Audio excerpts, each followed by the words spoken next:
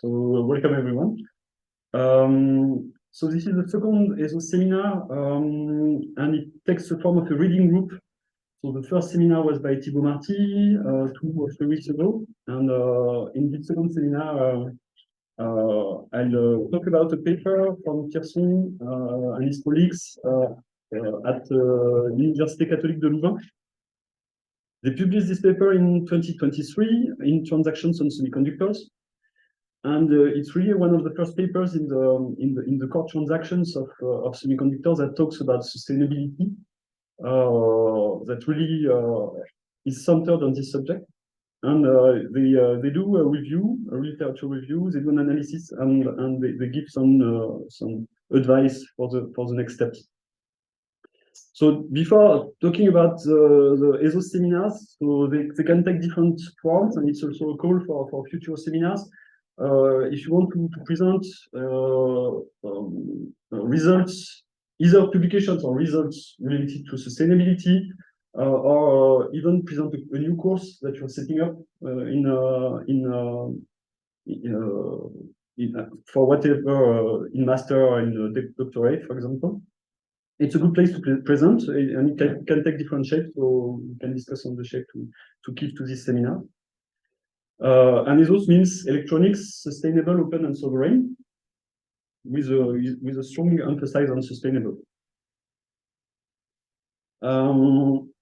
So to come back to the paper, it has 5 big conclusions. First, that the environmental impacts of the digital systems raise.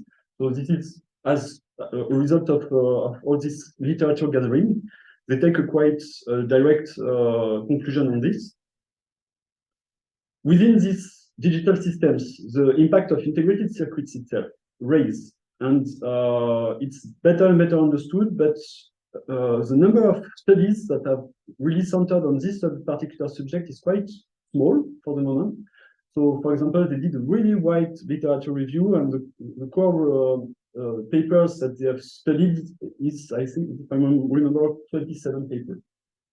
Which, if you compare to what's produced in artificial intelligence today, represent 2 days, I think, of scientific productions. Some indicators exist, but the life cycle analysis is still very difficult to do.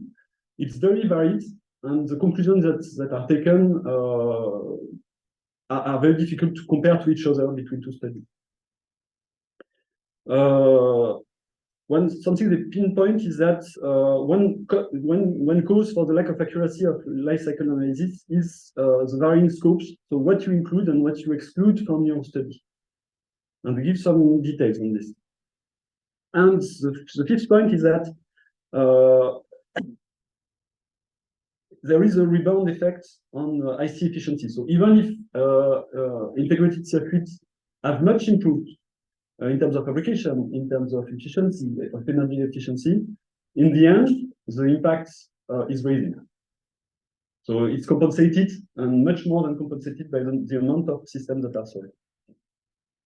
So as a context, so this is not directly a result of this paper, but to give a context, the carbon footprint of the whole ICT, so information communication technologies, is evaluated something between 1 and 2 gigatons of CO2 equivalent per year, which represent 2 to 4% of the total emissions of greenhouse gas in the world, and including something like 500 megatons of CO2 equivalent for production of the systems. So this is for the whole system, including the cables, including a lot of things.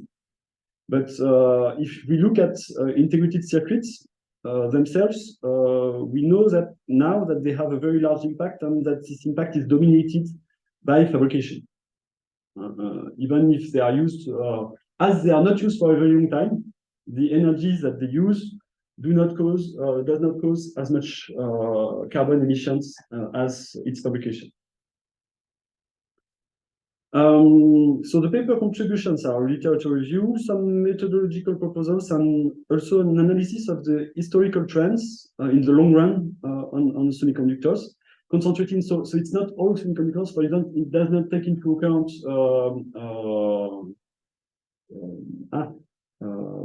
solar panels, semiconductors. It's really about semiconductor for processing, for memory. It talks about semiconductor for computing. So a first illustration that is put in the paper is this one, where you can see that, so the smartphone names are not cited, but you can see that there are some life cycle analysis and life cycle inventories on smartphones, but from one to another, you can take conclusion that integrated circuits emit 1 kilogram of CO2 equivalent by fabrication, or emit 33 kilograms. And these variations, so the illustration is not very detailed. I mean, the explanation of the illustration is not very detailed, so you need to draw your own conclusions. But the conclusion I would draw is that it's not very credible. That from one smartphone to another, it's not only smartphones, there can be a factor of 33 between the impacts of integrated circuits, given that there is a very the amount of actors of foundries is limited. It's most of the time the same types of foundries, so it seems quite strange. So here, something important also is the absolute number. So smartphones go usually, if you consider all the impact of a smartphone, including fabrication, usage, you can, it's about 80 to 100 kilograms of CO2 equivalent. It's interesting to keep in mind that 100 kilograms of CO2 equivalent is equivalent to 1 full tank of gas oil in our car. So as long as we drive with gas oil cars, I mean, it's still worth doing electronics. At least it's the conclusion that I take. So it can make really sense of creating very sophisticated electronics if it helps reducing the impact of transitioning from fossil energies to electric energies. So going forward, the paper gives a list of sources of data that you can find on evaluating impacts of integrated circuits. They can come from the foundries, so TSMC, UMC, Global Foundries, STMicro. You can find some in the industry roadmaps. So IRDS now, it was called ITRS before. In scientific literature, but it's quite limited. And in life cycle assessment databases, so the paper cites 3 databases that are quite vastly utilized. So GABI from Spera, EIME from Bureau Veritas, and EcoInvent. The paper concentrates on 3 KPIs, so key performance indicators. The energy demand for fabrication in megajoule per centimeter square. So it's primary energy, so it takes into account the transmission efficiency of the electricity to the site of fabrication. So there is a factor 2.5 applied to the pure consumption at the fabrication. The global warming potential, that includes scope 1 and scope 2. So scope 1 is direct emissions by fabricating an IC, and scope 2 is indirect emissions by consuming electricity. Consuming energy, but most of the energy that is consumed is electricity. And water consumption in liters per square centimeter. So every time they compute everything per square centimeter of silicium. And why per square centimeter?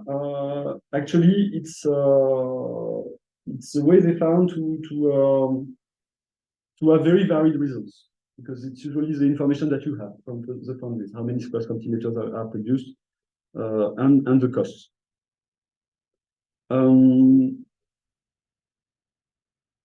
So some reasons some causes for the life cycle analysis to be reduced in precision. One result is that data is difficult to obtain, especially in recent technologies, because it's industrial data, and disclose can have consequences for companies. Two life cycle analysis have different scopes and assumptions. And to understand this, the authors propose 10 features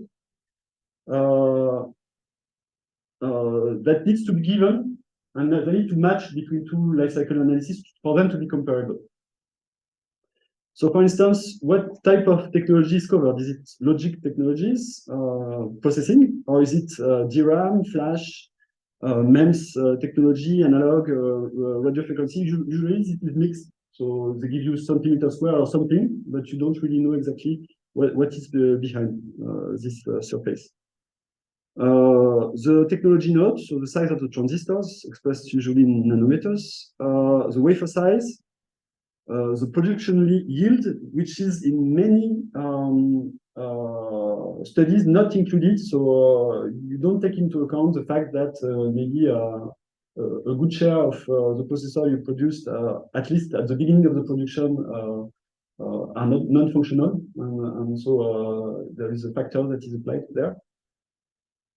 The infrastructure and the maintenance of the site itself, that can be a huge overhead if you take them into account. And every time there is, so this is a problem for lifecycle analysis, because a good lifecycle analysis is one that you can add up when you can add up elements that do not superimpose.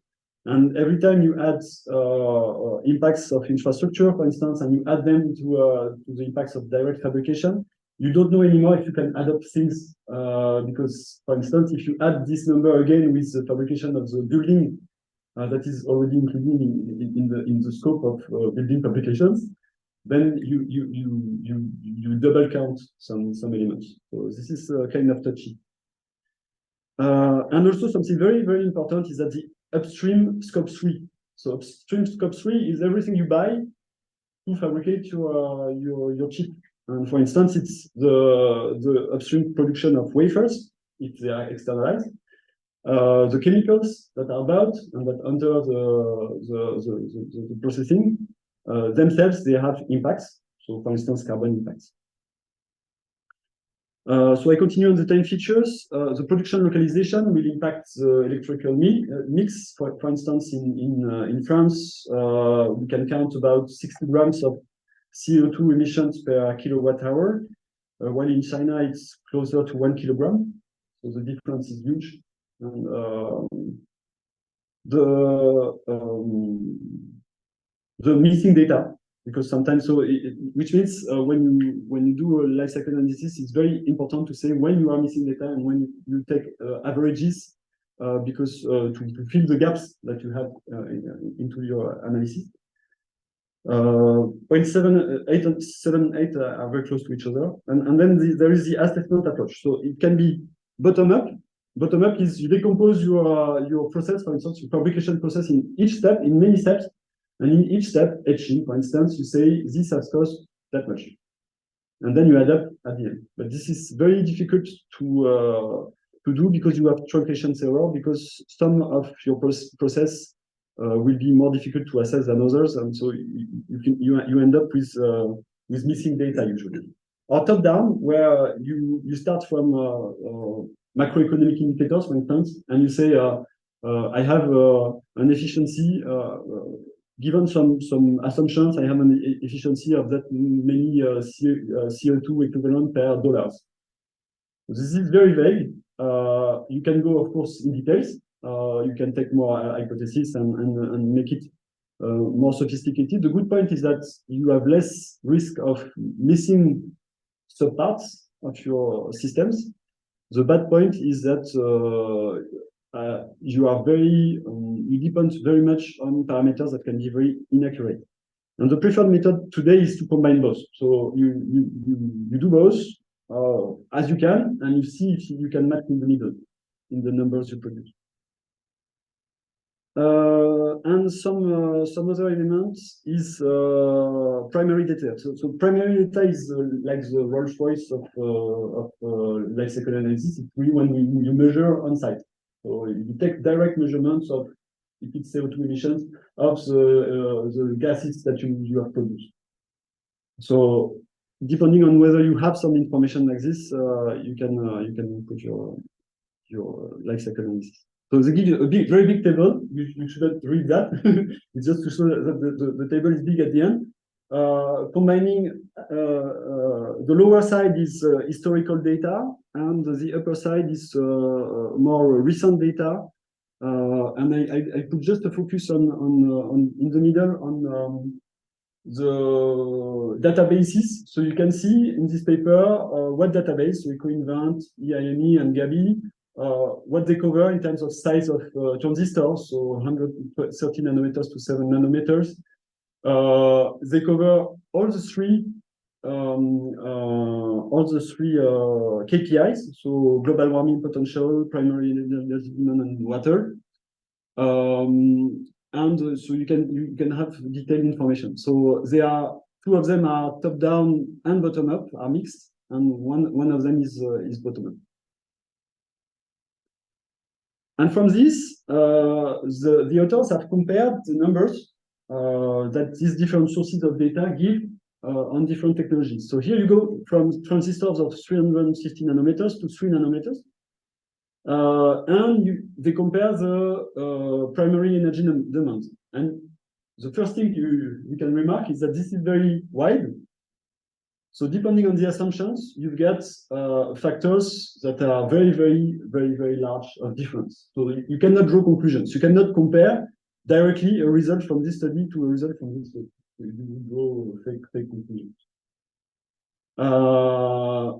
This is for a mix. So if you don't know how many nanometers you have in your transistor you have in your chip, then you say I have a 100 millimeter square chip.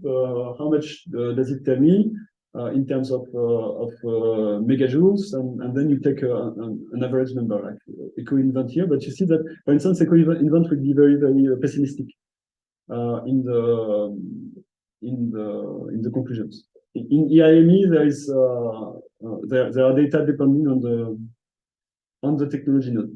But so this put aside, you can see that for most of them recently they grow. So there is still a clear tendency that hypothesis fixed, the impact per centimeter square in terms of energy consumption grows. And so this can be due to many things.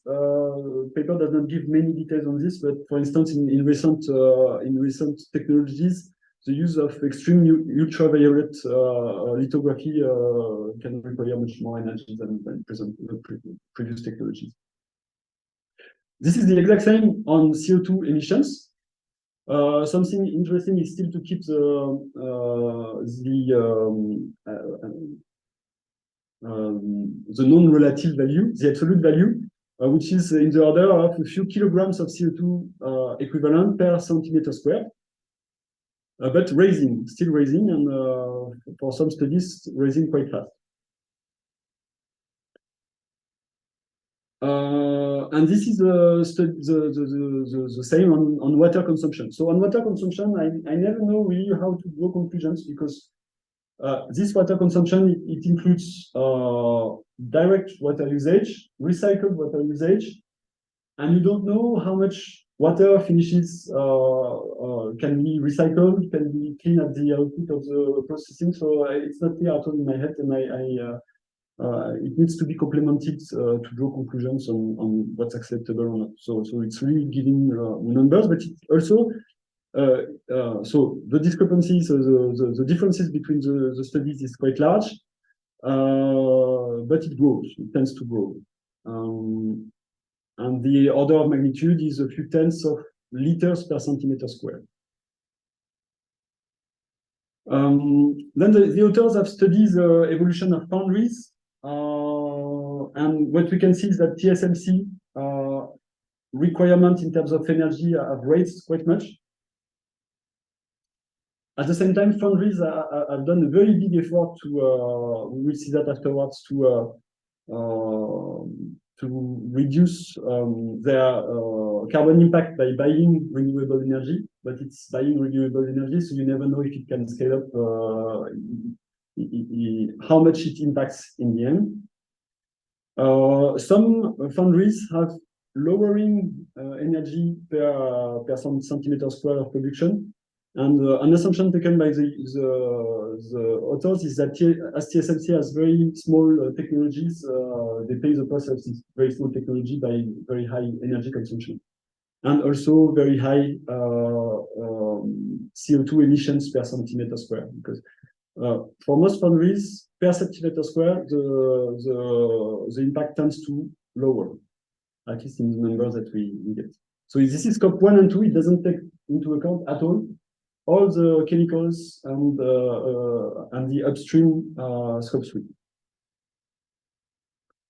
And for water, we can see that, that there is no very clear tendency, but for TSMC, the water consumption tends to grow quite much.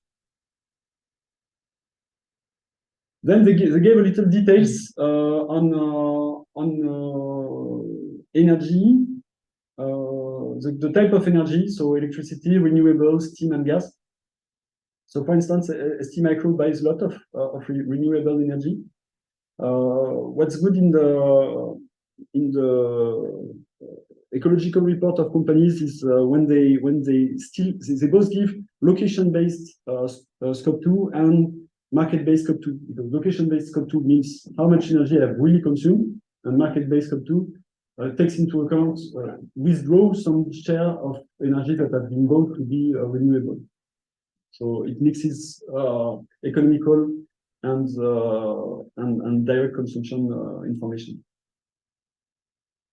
On the green wave,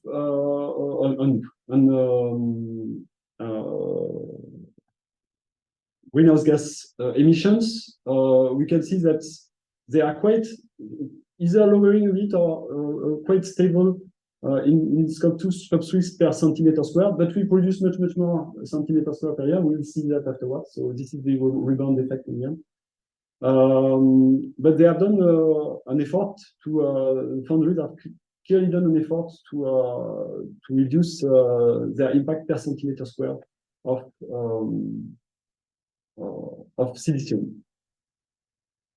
In terms of water, the tendency is different. The water consumption tends to grow. And the good point of this paper is that it gives a lot of numbers and a lot of ways to compare. So we cannot go into the details here, but yes, something interesting is that this is the intake.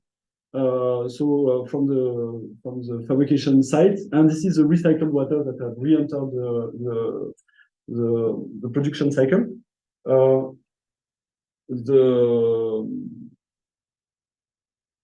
We don't know from the numbers if it's ultra pure water or if it's water directly from external, because the water needs to be purified. So there is certainly a yield related to that. So there are some information that are not that clear. And now for the total produced silicon area, so it grows. Worldwide, this is data from Semi. It grows 3.6% per year. And for the group of foundries that have been considered in the study, it grows by 7.7% per year. So actually, the production in terms of centimeter square per year is raising quite fast. And today, it represents, if I read well here, something like 70 billions of centimeter square per year, which means 10 centimeter square per people per year, which is a lot. And this is only, it doesn't take into account solar panels.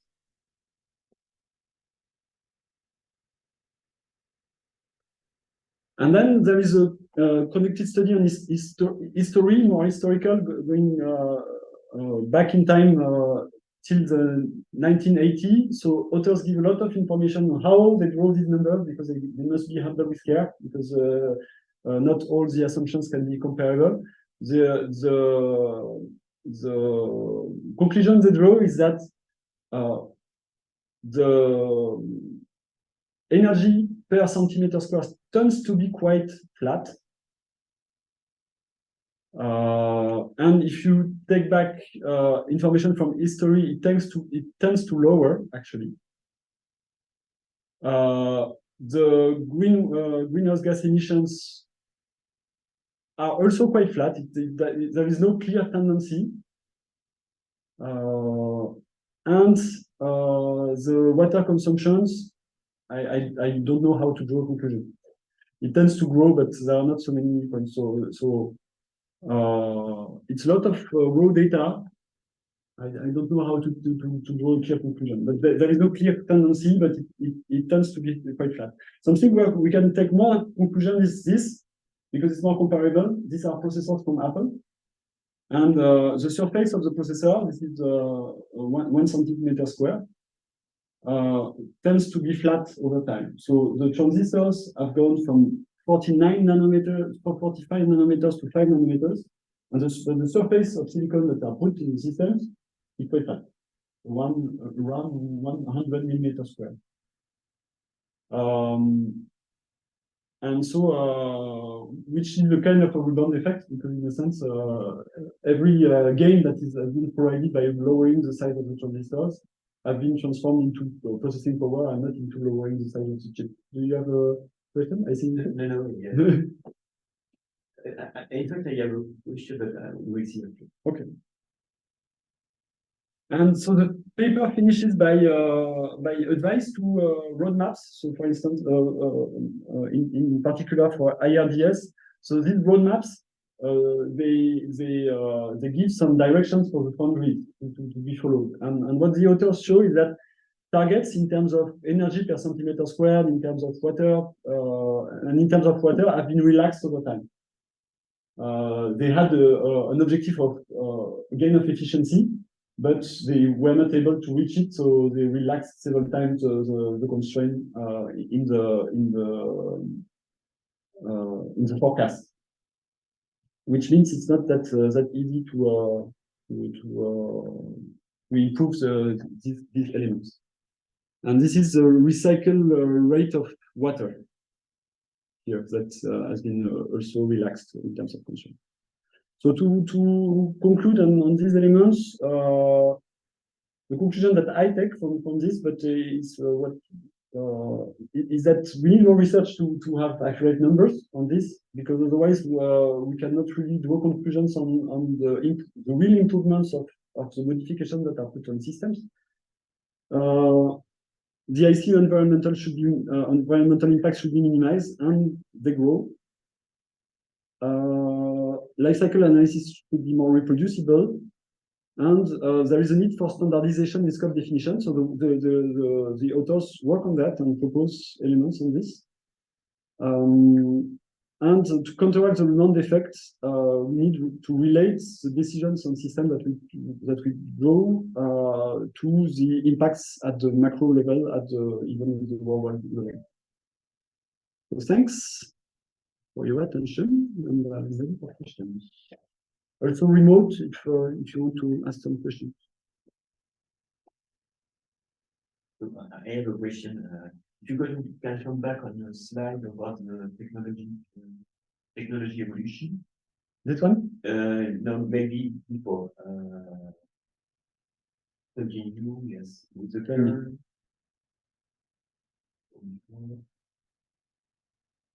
Yeah, on nanometers. So. Yes. Yeah. Okay. So here you analyze. So this is emission. This is water. I can put you yes. greenhouse gas emission. Yeah, it's analyzed for 1 centimeter square. But what can be interesting, in order not to take into account the rebound effect, is to analyze for example, 1 million or 1 billion of transistors.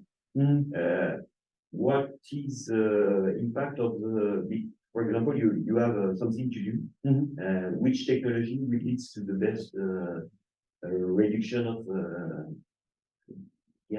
greenhouse gas? Because it is sure that when you decrease the size, when you have a new node technology, you can put more transistor inside. And if you have a same product to do, you will have a chip with a lower size. Yes. At the end. So for that, you need to standardize in a way the workload. Yes. A unit of workload. Yeah. And then compare this unit of workload. It can be 1 billion or 1 million transistors. What would be the and maybe it's not so hard to do, because with the technology, you know the size of the fund. So it is one. And my second question is, it's about in a foundry, what is the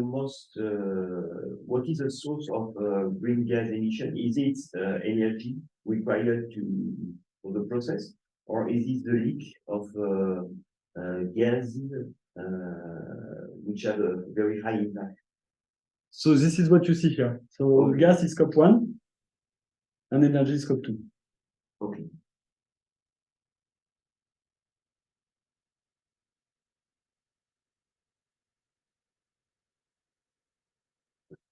So on this scope 1, scope 2, I put not a paper but a research report on HAL. Yes. I can send you that Okay. really because all the companies, the foundries, so this is mostly pure player foundries, but all the foundries, all the manufacturers, Intel, all the manufacturers, they release environmental reports each year, and they give a lot of numbers. Okay. On scope 1 and scope 2. On scope 3, for the moment, it's very difficult because you need to go up into all the purchases of the company. Yeah. And yes, scope 3 can have a very high impact. Yes. Yeah, I can give you maybe an idea on this. Here it's evaluated 360 to 660 megatons for production of CO2. And from the numbers I have on scope 1 and scope 2 only, I think I'm at 76 million tons. Okay. So all the rest is from the upstream. Because you require a lot of rare metals and a lot of yes, things that are difficult to produce. Okay. Thank you for this nice presentation. Thanks. Could you go back on the comparison between the smartphone and the petrol you put here? I'm not sure I understood. Yes. So there is nothing in the paper on this. It was just a remark because I like to balance things to not go too much into technology bashing or too much into technology is a solution to anything. So it's good to see absolute numbers and be able to compare them. So this is the impact of all components in a smartphone. So components, which means you get a PCB, things are not included. So you see that it's about 30 to 40 kilograms. Okay. If you take everything into account, including the energy consumption of your smartphone during its whole lifetime, which is very short, 2.5 years, the smartphone has cost you about 100 kilograms of CO2 equivalent. If you drive your car until the tank is empty, you have emitted, from full to empty, you have emitted 100 kilograms of CO2 equivalent. So you take into account the full life of the smartphone? Yes, yes, because on smartphone, 80 to 85% of the CO2 is emitted at fabrication. Okay. So it's only 20% that remain. So my conclusion on this is that I don't want to do electronics bashing because it makes a lot of sense to produce electronics to do energy transition, but at the same time we need to really be careful on the rebound effects that are direct from electronics. And you have a number about the duration of the smartphone? 2.5 years. In mean, on average. And for high-end processors, it's 4.5 years on average. Okay. Which is very, very limited. So the solutions we know about them. There is the R's, so recycle, reduce, reuse, repair, etc. So we have a lot of potential solutions, and we have a lot to do on these solutions. What is the higher quality processor having a longer lifetime? Is it because of more, let's say, reduced obsolescence or? Yeah, yes, it's just that a lot of high-end processors are used in servers, and the servers are changed as soon as the technology gap has enough increased their energy efficiency to replace them, and this represents 4.5 years. When smartphones are changed as soon as they become a bit obsolete for all the software stack, and so it's very, very short, or even if they fall down. There's technological obsolescence more than really reliability, or? Yes, it's not a problem of reliability. Actually, we're looking at that in the thesis of Olivier at the moment. But yes, with new technology, reliability can become a problem. Yes. So this is also something to smartphone, the quality of your smartphone will decrease due to the fact that transistor will switch at a lower frequency. Yes.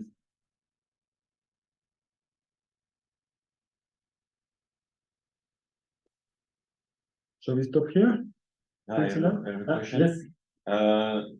You showed some objectives and roadmaps. Who is making these roadmaps? Is it the foundries themselves, or is it a governmental organization? I think so. I think it's a group of people. I need to check that. It's IEEE.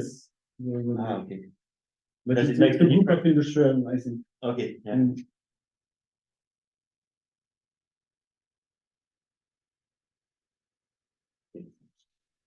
In your conclusion slide, the point 5,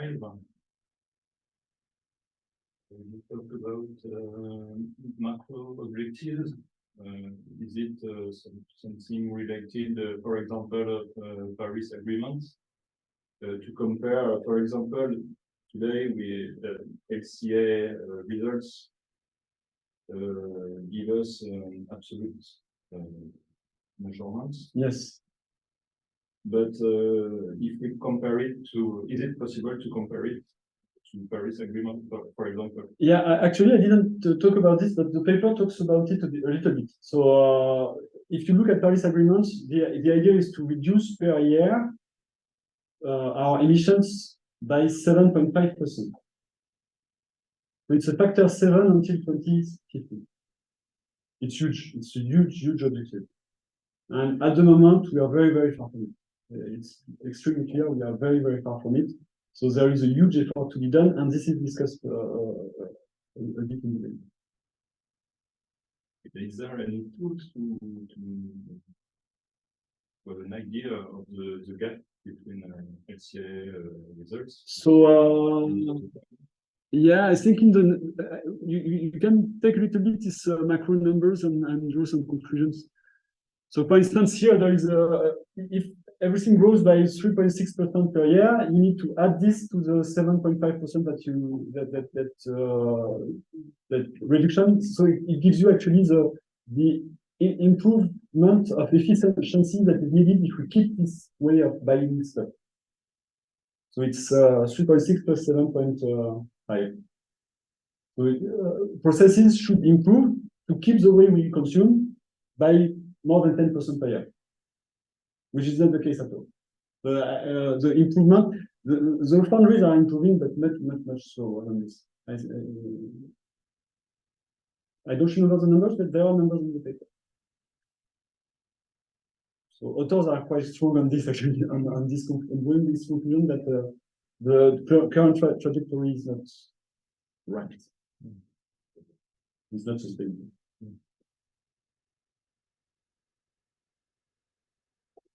Okay. We stop here. Thanks a lot. Thank you. Thank you.